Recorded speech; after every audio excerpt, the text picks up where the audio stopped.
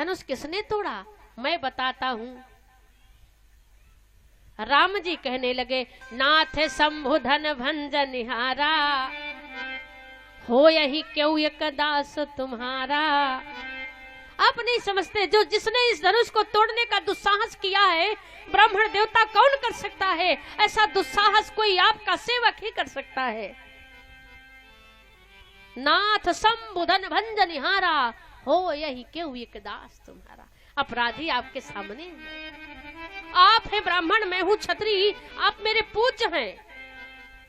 लेकिन एक बात कहूं, आप कितने महान हैं। मैं जानता हूं कि आपके फरसा से अगर आपका फरसा उठ जाए तो किसी की जान बचने वाली नहीं। मैं ये भी जानता हूं, आपका क्रोध भी जानता हूं, आपको भी जानता हूं, आपके हृदय को जानता हूं। एक बात कहूं ब्राह्मण देवता, आप मुझसे बहुत बड़े हैं। आपका नाम बड़ा है, आपका काम बड़ा है। आपका नाम है परशुराम और मेरा एक छोटा सा नाम है राम।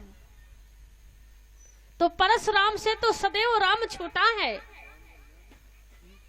हमारे राघव जी ने परशुराम जी को कोटि कोटि प्रणाम किया।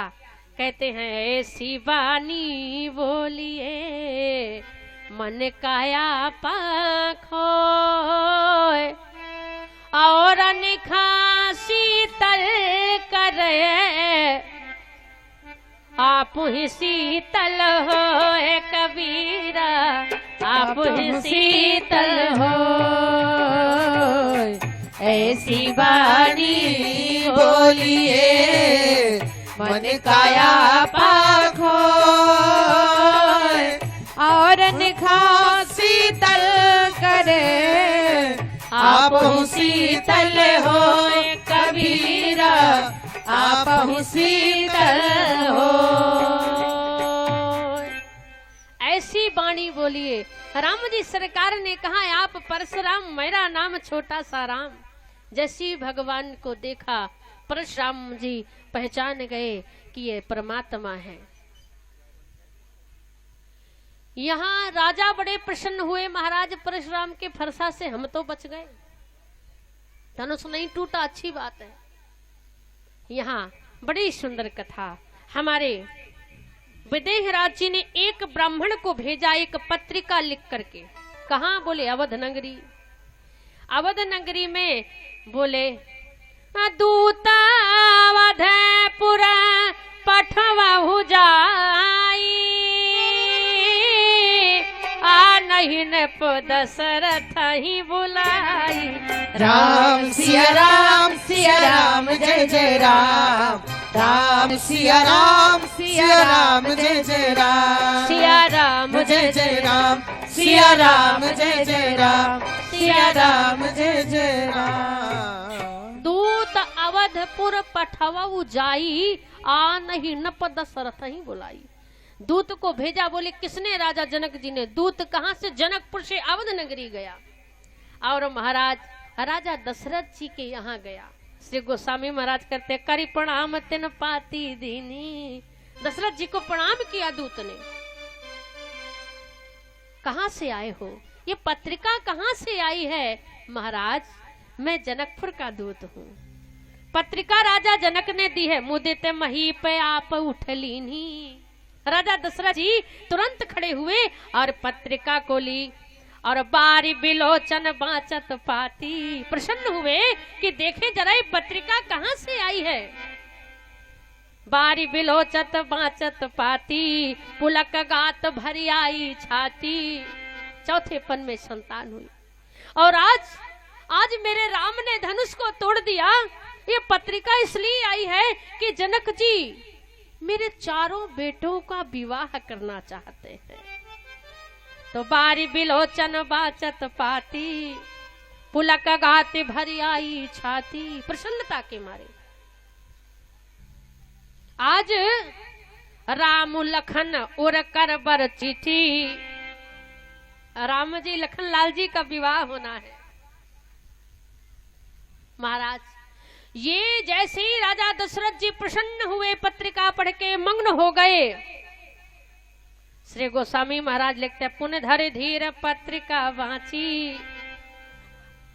धीर अपने आप को बड़ा संतुष्ट किया, बड़ा रोका। जैसे प्रेम के आंसू होते हैं, एक तो क्रोध के होते हैं, यानी दुख के आंसू गर्म होते हैं, सुख के आंसू ठंडे होते हैं। ज्यादा प्रसन्न हो जाए तब भी आपके आंसू निकल आएंगे, या ज्यादा दुखित हो तब भी आपके आंसू निकल आएंगे। जैसी पत्रिका बची और दशरथ जी प्रेम विभोर हुए, भरत जी ने सुना कि ऐसी कहां से पत्रिका आई है जो मेरे पिताजी रोने लगी, प्रसन्नता पूर्वक रोने लगी। हमारे महल में एकदम खुशियां ही खुशियां भर गई। आए बोले तात कहां ते पाती आई, बोले कहां से पत्रिका आई है, ये पत्रिका किसने भेजी है? हे तात, तात कहां से पाती आई, बताओ ना। बोले कहां से आई है पत्रिका, ये जनकपुरी से आई है।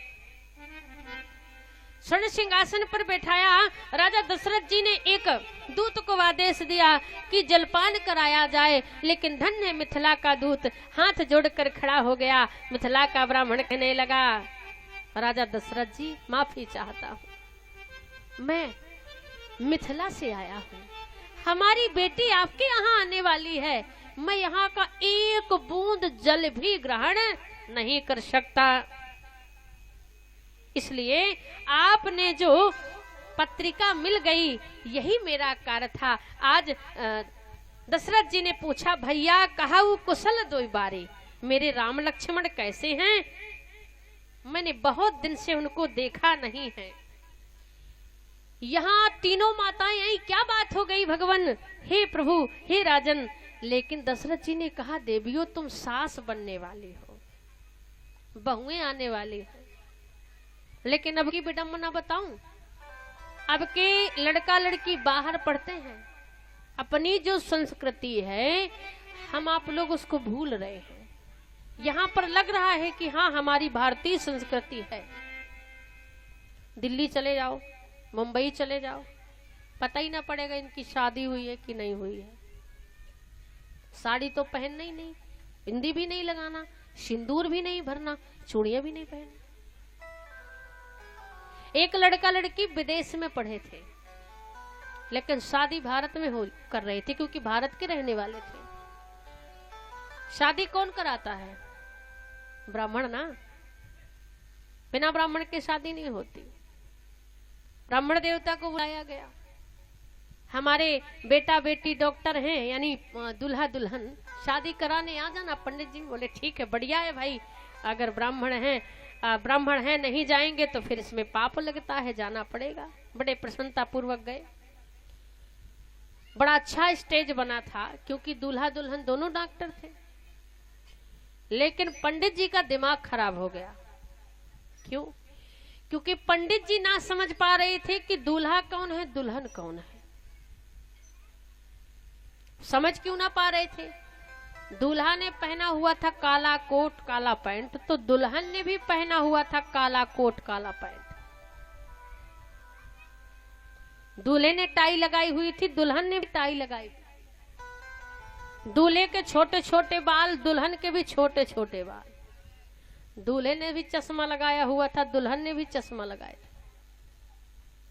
अब पंडित जी एक बार दूल्हा की ओर देखे, एक बार दुल्हन की, कभी उल्टा सीधा करा दिया तो पता तो चलना चाहिए कौन दूल्हा कौन दुल्हन। काफी देर तक देखते रहे, जब पता ही नहीं चला, बोले भैया किसी से मदद मांग लेता हूं।